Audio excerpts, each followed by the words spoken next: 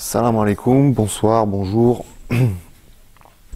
Alors je vais vous lire un chapitre du livre de René Guénon, Orient et Occident, pour information qui est paru en 1924, et vous allez voir que c'est d'une actualité, c'est déconcertant, voilà. Donc chapitre 4, terreur chimérique et danger réel. Les Occidentaux, malgré la haute opinion qu'ils ont d'eux-mêmes et de leur civilisation, sentent bien que leur domination sur le reste du monde est loin d'être assurée d'une manière définitive, qu'elle peut être à la merci d'événements qu'il leur est impossible de prévoir et, à plus forte raison, d'empêcher.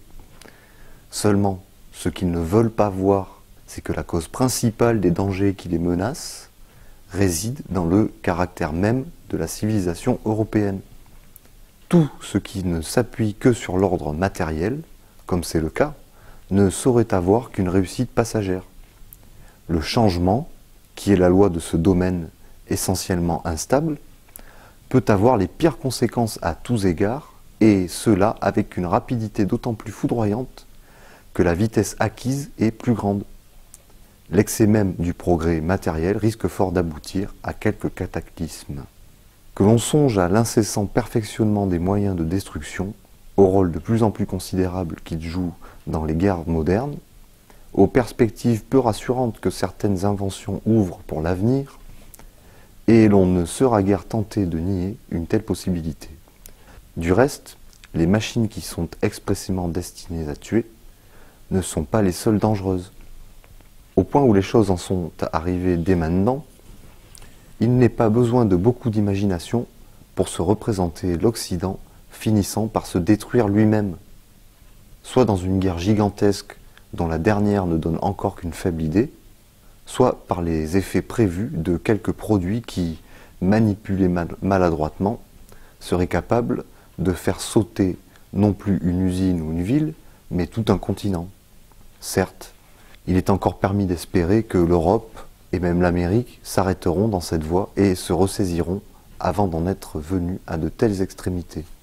De moindres catastrophes peuvent leur être d'utiles avertissements et, par la crainte qu'elles inspireront, provoquer l'arrêt de cette course vertigineuse qui ne peut mener qu'à un abîme. Cela est possible, surtout s'il s'y joint quelques déceptions sentimentales un peu trop fortes, propres à détruire dans la masse l'illusion du progrès moral. Le développement excessif du sentimentalisme pourrait donc contribuer aussi à ce résultat salutaire, et il le faut bien si l'Occident, livré à lui-même, ne doit trouver que dans sa propre mentalité les moyens d'une réaction qui deviendra nécessaire tôt ou tard. Tout cela, d'ailleurs, ne suffirait point pour imprimer à la civilisation occidentale, à ce moment même, une autre direction, et, comme l'équilibre n'est guère réalisable dans de telles conditions, il y aurait encore lieu de redouter un retour à la barbarie pure et simple, conséquence assez naturelle de la négation de l'intellectualité. Quoi qu'il en soit, de ces prévisions peut-être lointaines, les Occidentaux d'aujourd'hui en sont encore à se persuader que le progrès, ou ce qu'ils appellent ainsi, peut et doit être continu et indéfini. S'illusionnant plus que jamais sur leur propre compte, ils se sont donné à eux-mêmes la mission de faire pénétrer ce progrès partout, en l'imposant au besoin par la force aux peuples qui ont le tort, impardonnable à leurs yeux, de ne pas l'accepter avec empressement.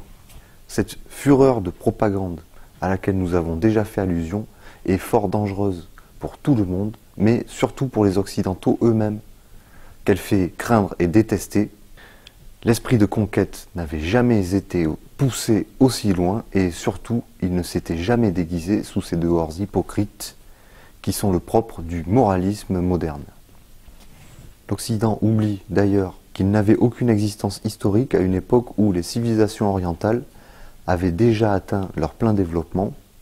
Avec ses prétentions, il apparaît aux Orientaux comme un enfant qui, fier d'avoir acquis rapidement quelques connaissances rudimentaires, se croirait en possession du savoir total et voudrait l'enseigner à des vieillards remplis de sagesse et d'expérience.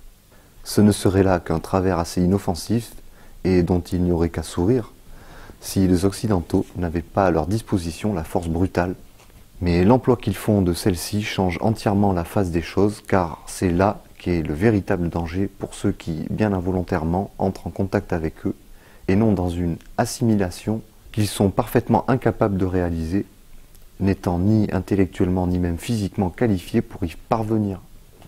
En effet, les peuples européens, sans doute parce qu'ils sont formés d'éléments hétérogènes et ne constituent pas une race à proprement parler, sont ceux dont les caractères ethniques sont les moins stables et disparaissent le plus rapidement. En se mêlant à d'autres races, partout où il se produit de tels mélanges, c'est toujours l'occidental qui est absorbé, bien loin de pouvoir absorber les autres. Quant au point de vue intellectuel, les considérations que nous avons exposées jusqu'ici nous dispensent d'y insister. Une civilisation qui est sans cesse en mouvement, qui n'a ni tradition ni principe profond, ne peut évidemment exercer une influence réelle sur celle qui possède précisément tout ce qui lui manque à elle-même. Et, si l'influence inverse ne s'exerce pas davantage en fait, c'est seulement parce que les Occidentaux sont incapables de comprendre ce qui leur est étranger. Leur impénétrabilité à cet égard n'a d'autre cause qu'une infériorité mentale, tandis que celle des Orientaux est faite d'intellectualité pure. Il est des vérités qu'il est nécessaire de dire et de redire avec insistance, si déplaisantes qu'elles soient pour beaucoup de gens. Toutes les supériorités dont se targuent les Occidentaux sont purement imaginaires. À l'exception de la seule supériorité matérielle, celle-là n'est que trop réelle, personne ne la leur conteste, et au fond, personne ne la leur envie non plus. Mais le malheur est qu'ils en abusent. Pour quiconque a le courage de voir les choses telles qu'elles sont, la conquête coloniale ne peut, pas plus qu'aucune autre conquête par les armes, reposer sur un autre droit que celui de la force brutale. Qu'on invoque la nécessité pour un peuple qui se trouve trop à l'étroit chez lui d'étendre son champ d'activité, et qu'on dise qu'il ne peut le faire qu'aux dépens de ceux qui sont trop faibles pour lui résister, nous le voudrons bien, et nous ne voyons même pas comment on pourrait empêcher que des choses de ce genre se produisent, mais que, du moins, on ne prétende pas faire intervenir là-dedans les intérêts de la civilisation qui n'ont rien à y voir. C'est là ce que nous appelons l'hypocrisie moraliste, inconsciente dans la masse, qui ne fait jamais qu'accepter docilement les idées qu'on lui inculque. Elle ne doit pas l'être chez tous au même degré, et nous ne pouvons admettre que les hommes d'État en particulier soient dupes de la phraséologie qu'ils emploient. Lorsqu'une nation européenne s'empare d'un pays quelconque, ne fût-il habité que par des tribus vraiment barbares, on ne nous fera pas croire que c'est pour avoir le plaisir ou l'honneur de civiliser ces pauvres gens, qui ne l'ont point demandé, qu'on entreprend une expédition coûteuse, puis des travaux de toutes sortes. Il faut être bien naïf pour ne pas se rendre compte que le vrai mobile est tout autre, qu'il réside dans l'espérance de profit plus tangible.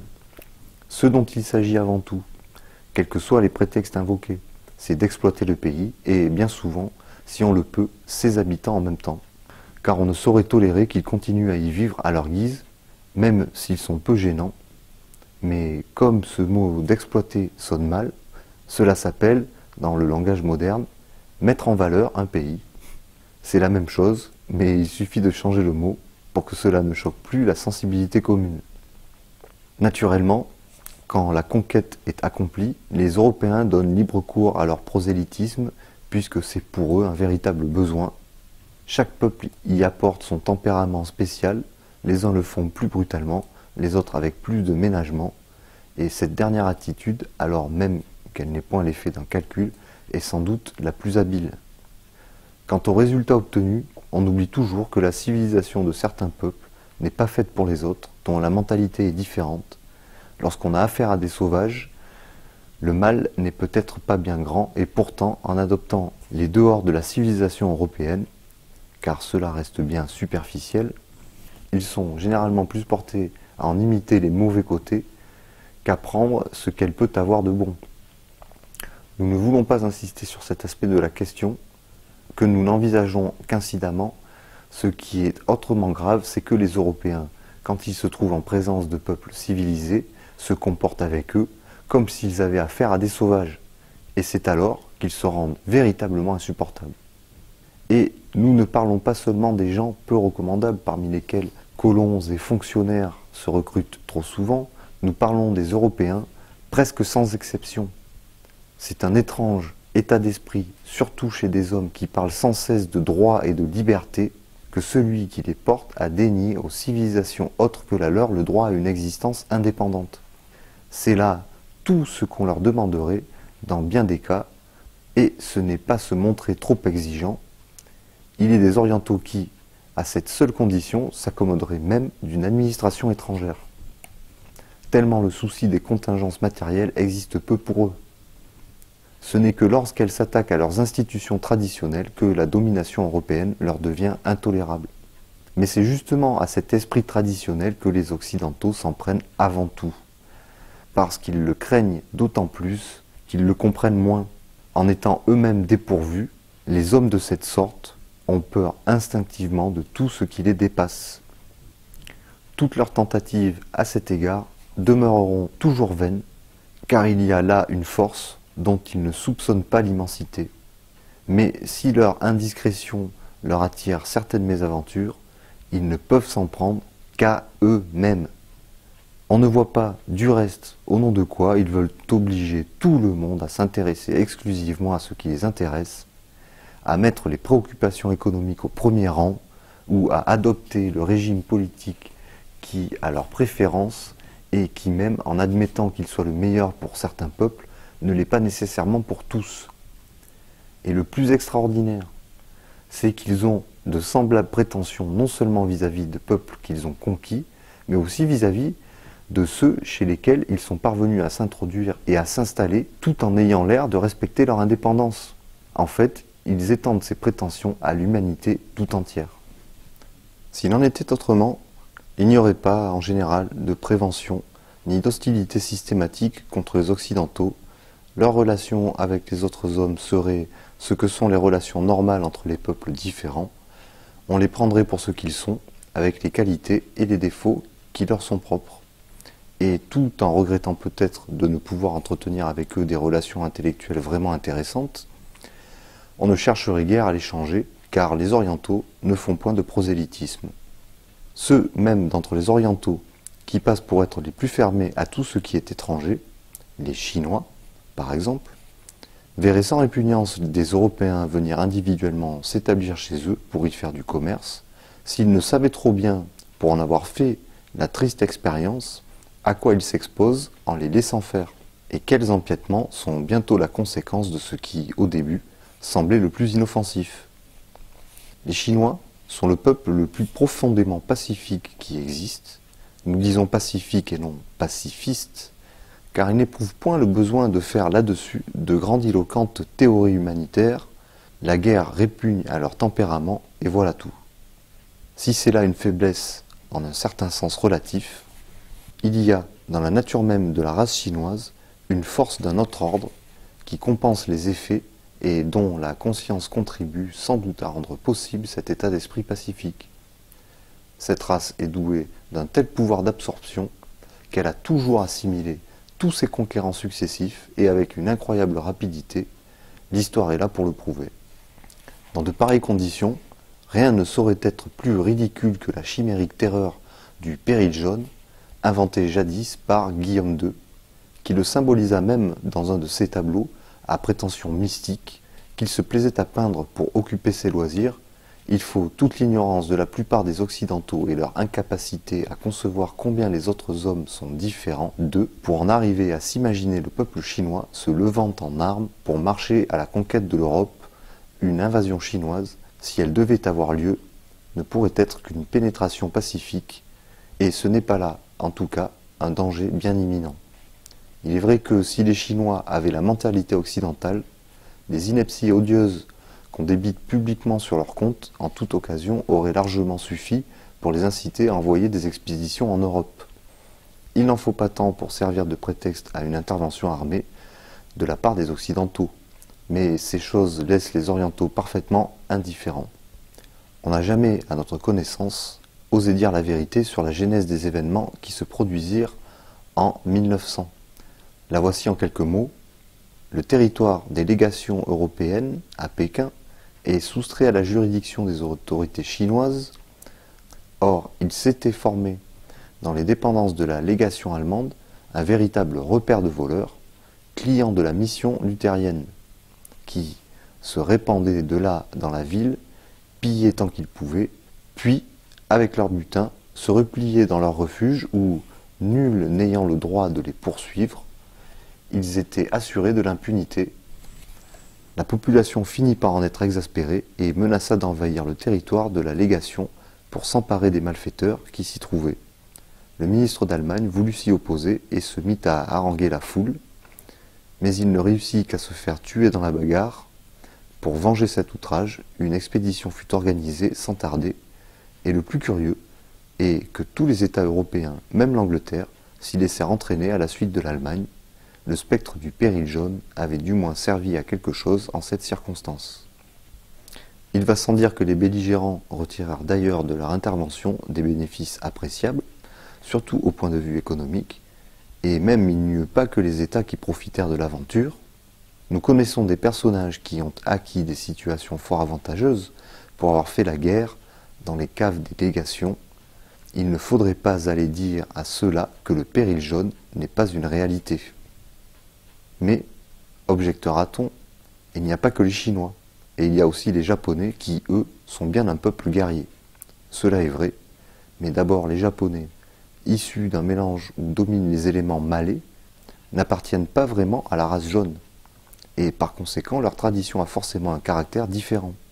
Si le Japon a maintenant l'ambition d'exercer son hégémonie sur l'Asie tout entière, et de l'organiser à sa façon, c'est précisément parce que le shintoïsme, tradition qui, à bien des égards, diffère profondément du taoïsme chinois, et qui accorde une grande importance au rite guerrier, est entré en contact avec le nationalisme, emprunté naturellement à l'Occident, car les Japonais ont toujours excellé comme imitateurs, et s'est changé en un impérialisme tout à fait semblable à ce que l'on peut voir dans d'autres pays. Toutefois, si les Japonais s'engagent dans une pareille entreprise, ils rencontreront tout autant de résistance que les peuples européens, et peut-être même davantage encore. En effet, les Chinois n'éprouvent pour personne la même hostilité que pour les Japonais, sans doute parce que ceux-ci, étant leurs voisins, leur semblent particulièrement dangereux. Ils les redoutent, comme un homme qui aime sa tranquillité redoute tout ce qui menace de la troubler. Et surtout, ils les méprisent. C'est seulement au Japon que le prétendu progrès occidental a été accueilli avec un empressement d'autant plus grand qu'on croit pouvoir le faire servir à réaliser cette ambition dont nous parlions tout à l'heure. Et pourtant, la supériorité des armements, même jointe aux plus remarquables qualités guerrières, ne prévaut pas toujours contre certaines forces d'un autre ordre. Les Japonais s'en sont bien aperçus à Formose, et la Corée n'est pas non plus pour eux une possession de tout repos. Au fond, si les Japonais furent très facilement victorieux, dans une guerre dont une bonne partie des Chinois n'eurent connaissance que lorsqu'elle fut terminée, c'est parce qu'ils furent alors favorisés pour des raisons spéciales par certains éléments hostiles à la dynastie mandchoue et qui savaient bien que d'autres influences interviendraient à temps pour empêcher les choses d'aller trop loin. Dans un pays comme la Chine, bien des événements, guerre ou révolution, prennent un aspect tout différent suivant qu'on les regarde de loin ou de près, et si étonnant que cela paraisse, c'est l'éloignement qui les grossit. Vu d'Europe, ils semblent considérables, en Chine même, ils se réduisent à de simples incidents locaux. C'est par une illusion d'optique du même genre que les Occidentaux attribuent une importance excessive aux agissements de petites minorités turbulentes, formées de gens que leurs propres compatriotes ignorent, souvent totalement, et pour lesquels, en tout cas, ils n'ont pas la moindre considération. Nous voulons parler de quelques individus élevés en Europe ou en Amérique, comme il s'en rencontre aujourd'hui, plus ou moins dans tous les pays orientaux, et qui, ayant perdu par cette éducation le sens traditionnel et ne sachant rien de leur propre civilisation, croient faire bien en affichant le modernisme le plus outrancier. Ces jeunes orientaux, comme ils s'intitulent eux-mêmes, pour mieux marquer leur tendance, ne sauraient jamais acquérir chez eux une influence réelle. Parfois, on les utilise à leur insu pour jouer un rôle dont ils ne se doutent pas, et cela est d'autant plus facile qu'ils se prennent fort au sérieux, mais il arrive aussi que, en reprenant contact avec leur race, ils sont peu à peu désabusés, se rendent compte que leur présomption était surtout faite d'ignorance et finissent par redevenir de véritables orientaux. Ces éléments ne représentent que d'infimes exceptions, mais comme ils font quelques bruits au dehors, ils attirent l'attention des Occidentaux, qui les considèrent naturellement avec sympathie, et à qui ils font perdre de vue les multitudes silencieuses auprès desquelles ils sont absolument inexistants. Les vrais orientaux ne cherchent guère à se faire connaître de l'étranger, et c'est ce qui explique des erreurs assez singulières. Nous avons souvent été frappés de la facilité avec laquelle se font accepter comme d'authentiques représentants de la pensée orientale quelques écrivains sans compétences et sans mandat, parfois même à la solde d'une puissance européenne, et qui n'expriment guère que des idées tout occidentales, parce qu'ils portent des noms orientaux, on les croit volontiers sur parole, et, comme les termes de comparaison font défaut, on part de là pour attribuer à tous leurs compatriotes des conceptions ou des opinions qui n'appartiennent qu'à eux, et qui sont souvent aux antipodes de l'esprit oriental. Bien entendu, leurs productions sont strictement réservées au public européen ou américain, et en Orient, personne n'en a jamais entendu parler. En dehors des exceptions individuelles dont il vient d'être question, et aussi de l'exception collective qui est constituée par le Japon, le progrès matériel n'intéresse véritablement personne dans les pays orientaux, où on lui reconnaît peu d'avantages réels et beaucoup d'inconvénients. Mais il y a là, à son égard, deux attitudes différentes, qui peuvent même sembler opposées extérieurement, et qui procèdent pourtant d'un même esprit. Les uns ne veulent à aucun prix entendre parler de ce prétendu progrès, et, se renfermant dans une attitude de résistance purement passive, continuent à se comporter comme s'il n'existait pas.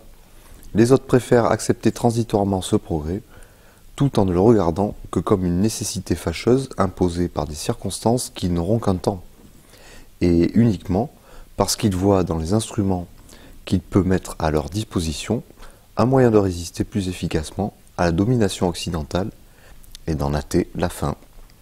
Ces deux courants existent partout, en Chine, dans l'Inde et dans les pays musulmans.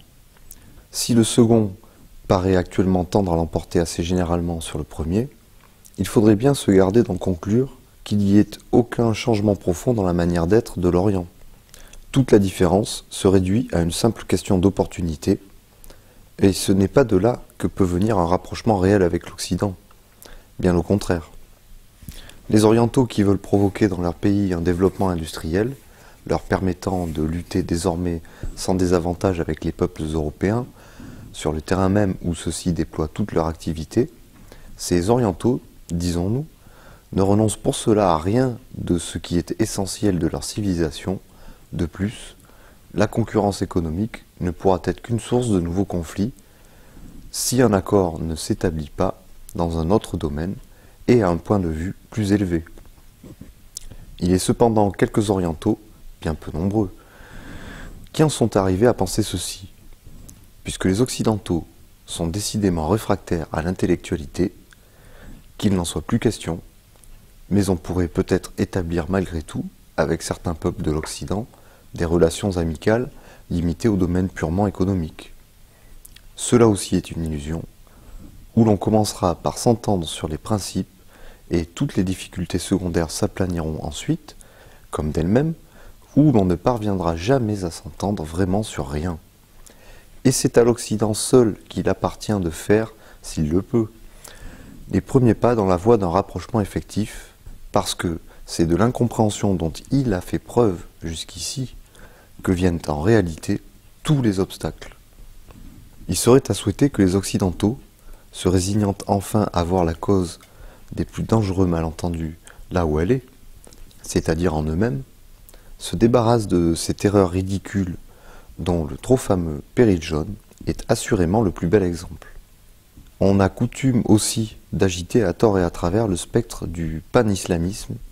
Ici, la crainte est sans doute moins absolument dénuée de fondement, car les peuples musulmans, occupant une situation intermédiaire entre l'Orient et l'Occident, ont à la fois certains traits de l'un et de l'autre, et ils ont notamment un esprit beaucoup plus combatif que celui des purs orientaux. Mais enfin, il ne faudrait rien exagérer, le vrai pan-islamisme est avant tout une affirmation de principe, d'un caractère essentiellement doctrinal, pour qu'ils prennent la forme d'une revendication politique, il faut que les Européens aient commis bien des maladresses. En tout cas, il n'y a rien de commun avec un nationalisme quelconque qui est tout à fait incompatible avec les conceptions fondamentales de l'islam.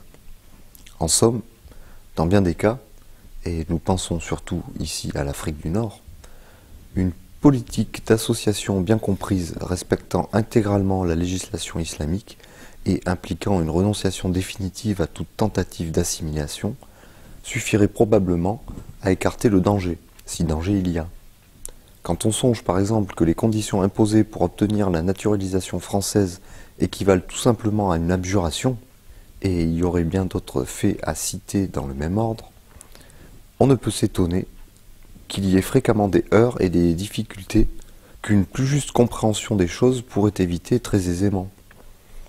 Mais encore une fois, c'est précisément cette compréhension qui manque tout à fait aux Européens.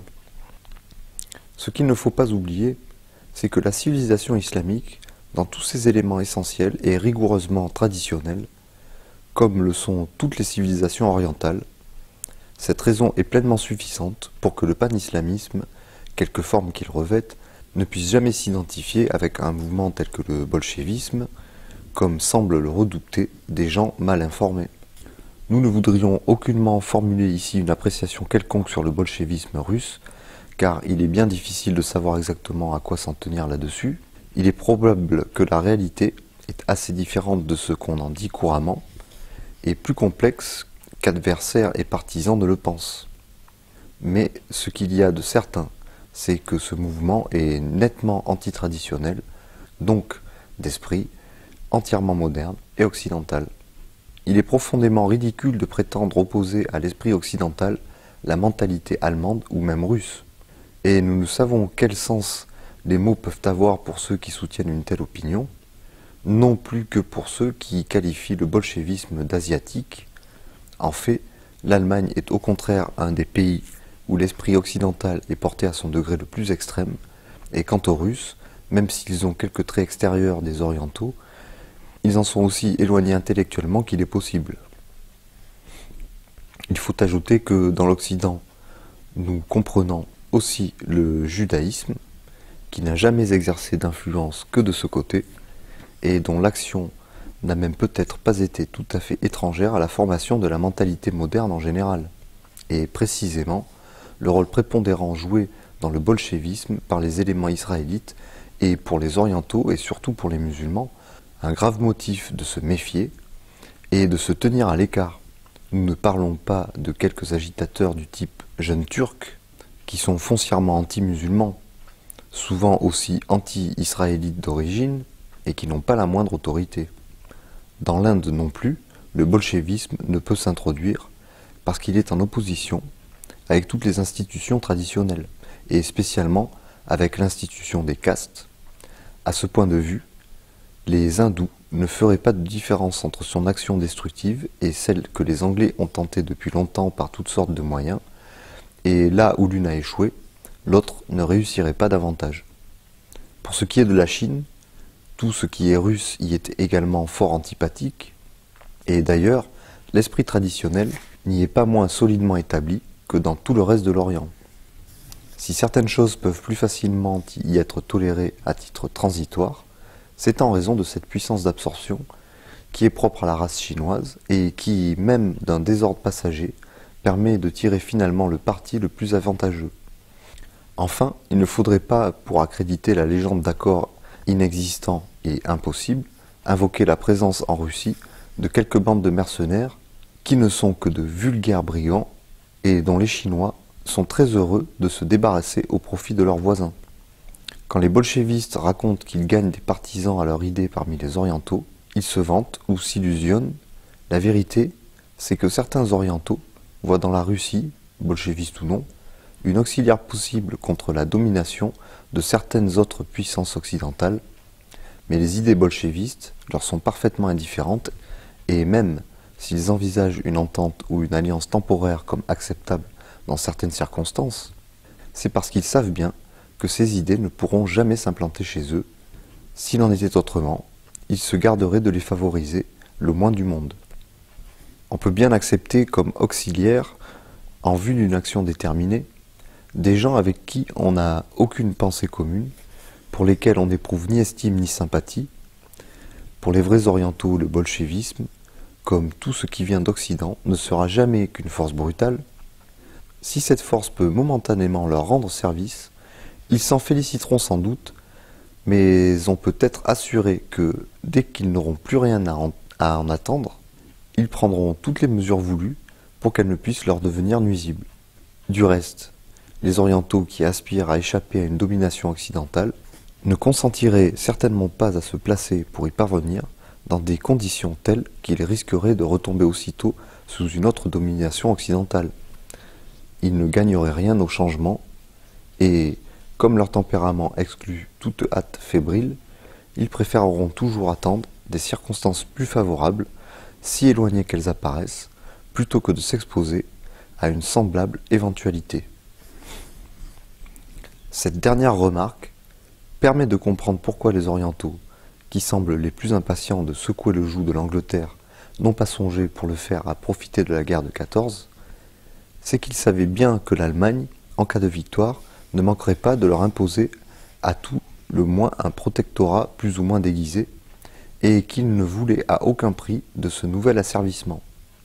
Aucun oriental ayant eu l'occasion de voir les Allemands d'un peu près ne pense qu'il soit possible de s'entendre avec eux plus qu'avec les Anglais. Il en est d'ailleurs de même pour les Russes, mais l'Allemagne, avec son organisation formidable, inspire généralement, et à bon droit, plus de crainte que la Russie. Les Orientaux ne seront jamais pour aucune puissance européenne, mais ils seront toujours contre celles, quelles qu'elles soient, qui voudront les opprimer, et contre celles-là seulement. Pour tout le reste, leur attitude ne peut être que neutre. Nous ne parlons ici, bien entendu, qu'au seul point de vue politique. En ce qui concerne les États ou les collectivités, il peut toujours y avoir des sympathies ou des antipathies individuelles qui restent en dehors de ces considérations, de même que, quand nous parlons de l'incompréhension occidentale, nous ne visons que la mentalité générale, sans préjudice des exceptions possibles. Ces exceptions sont d'ailleurs des plus rares. Néanmoins, si l'on est persuadé, comme nous le sommes, de l'intérêt immense que présente le retour à des relations normales entre l'Orient et l'Occident, il faut bien commencer dès maintenant à le préparer, avec les moyens dont on dispose, si faibles soient-ils, et le premier de ces moyens, c'est de faire comprendre à ceux qui en sont capables quelles sont les conditions indispensables de ce rapprochement. Ces conditions, nous l'avons dit, sont avant tout intellectuelles, et elles sont à la fois négatives et positives. D'abord, détruire tous les préjugés qui sont autant d'obstacles, et c'est à quoi tendent essentiellement toutes ces considérations que nous avons exposées jusqu'ici. Ensuite, à restaurer la véritable intellectualité que l'Occident a perdue, et que l'étude de la pensée orientale, pour peu qu'elle soit entreprise comme elle doit l'être, peut l'aider puissamment à retrouver. Il s'agit là en somme d'une réforme complète de l'esprit occidental, tel est du moins le but final à atteindre, mais cette réforme, au début, ne pourrait évidemment être réalisée que dans une élite restreinte, ce qui serait d'ailleurs suffisant pour qu'elle porte ses fruits à une échéance plus ou moins lointaine, par l'action que cette élite ne manquerait pas d'exercer, même sans le chercher expressément, sur tout le milieu occidental. Ce serait, selon toute vraisemblance, le seul moyen d'épargner à l'Occident les dangers très réels qui ne sont point ceux auxquels il croit, et qui le menaceront de plus en plus s'il continue à suivre ses voies actuelles.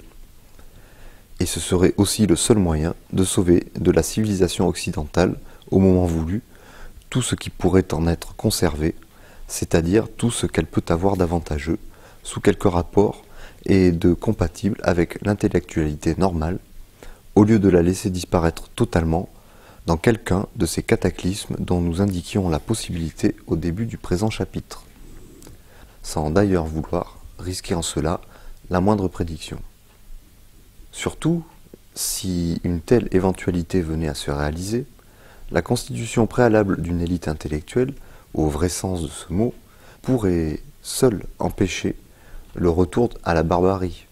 Et même, si cette élite avait eu le temps d'agir assez profondément sur la mentalité générale, elle éviterait l'absorption ou l'assimilation de l'Occident par d'autres civilisations, hypothèse beaucoup moins redoutable que la précédente, mais qui présenterait cependant quelques inconvénients, au moins transitoires, en raison des révolutions ethniques qui précéderaient nécessairement cette assimilation. À ce propos, et avant d'aller plus loin, nous tenons à préciser nettement notre attitude. Nous n'attaquons point l'Occident en lui-même, mais seulement ce qui est tout différent, l'esprit moderne, dans lequel nous voyons la cause de la déchéance intellectuelle de l'Occident. Rien ne serait plus souhaitable à notre avis que la reconstitution d'une civilisation proprement occidentale sur des bases normales, car la diversité des civilisations qui a toujours existé est la conséquence naturelle des différences mentales qui caractérisent les races. Mais la diversité dans les formes n'exclut aucunement l'accord sur les principes. Entente et harmonie ne veulent point dire uniformité, et penser le contraire serait sacrifier à ces utopies égalitaires contre lesquelles nous nous élevons précisément. Une civilisation normale, au sens où nous l'entendons, pourra toujours se développer sans être un danger pour les autres civilisations, ayant conscience de la place exacte qu'elle doit occuper dans l'ensemble de l'humanité terrestre. Elle saura s'y tenir et ne créera aucun antagonisme, parce qu'elle n'aura aucune prétention à l'hégémonie, et parce qu'elle s'abstiendra de tout prosélytisme. Nous n'oserions pas affirmer cependant qu'une civilisation qui serait purement occidentale pourrait avoir intellectuellement l'équivalent de tout ce que possèdent les civilisations orientales. Dans le passé de l'Occident, en remontant aussi loin que l'histoire nous le fait connaître, on ne trouve pas pleinement cet équivalent, sauf peut-être dans quelques écoles extrêmement fermées, et dont pour cette raison il est difficile de parler avec certitude. Mais il s'y trouve néanmoins à cet égard des choses qui ne sont nullement négligeables, et que nos contemporains ont le plus grand tort d'ignorer systématiquement. En outre, si l'Occident arrive un jour à entretenir des relations intellectuelles avec l'Orient, nous ne voyons pas pourquoi il n'en profiterait pas pour suppléer à ce qui lui manquerait encore. On peut prendre des leçons ou des inspirations chez les autres sans abdiquer son indépendance, surtout si, au lieu de se contenter d'emprunts purs et simples, on sait adapter ce qu'on acquiert de la façon la plus conforme à sa propre mentalité. Mais, encore une fois, ce sont là des possibilités lointaines, et en attendant que l'Occident soit revenu à ses propres traditions, il n'est peut-être pas d'autre moyen pour préparer ce retour et pour en retrouver les éléments que de procéder par analogie avec des formes traditionnelles qui, existant encore actuellement, peuvent être étudiées d'une manière directe. Ainsi, la compréhension des civilisations orientales pourrait contribuer à ramener l'Occident aux voies traditionnelles hors desquelles il s'est jeté inconsidérément, tandis que, d'un autre côté, le retour à cette tradition réaliserait par lui-même un rapprochement effectif avec l'Orient. Ce sont là deux choses qui sont intimement liées, de quelque façon qu'on les envisage, et qui nous apparaissent comme également utiles, voire même nécessaires. Tout cela pourra être mieux compris par ce que nous avons encore à dire, mais on doit voir déjà que nous ne critiquons pas l'Occident pour le vain plaisir de le critiquer, ni même pour faire ressortir son infériorité intellectuelle par rapport à l'Orient. Si le travail par lequel il faut commencer paraît surtout négatif, c'est qu'il est indispensable, comme nous le disions au début, de déblayer le terrain tout d'abord pour pouvoir ensuite y construire.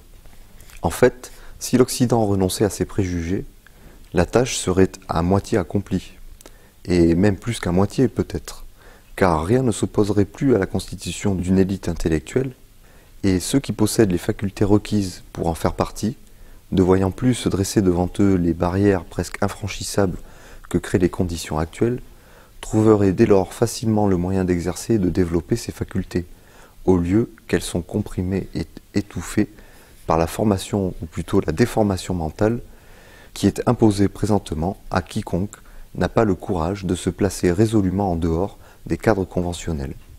Du reste, pour se rendre vraiment compte de l'inanité de ces préjugés dont nous parlons, il faut déjà un certain degré de compréhension positive, et pour certains, tout au moins, il est peut-être plus difficile d'atteindre ce degré que d'aller plus loin lorsqu'ils y sont parvenus. Pour une intelligence bien constituée, la vérité, si haute soit-elle, doit être plus assimilable que toutes les subtilités oiseuses où se complaît la sagesse profane du monde occidental. Voilà, fin du chapitre. Donc je rappelle, écrit en 1924 par René Guénon. Assalamu alaikum. Et à une prochaine fois, Inch'Allah.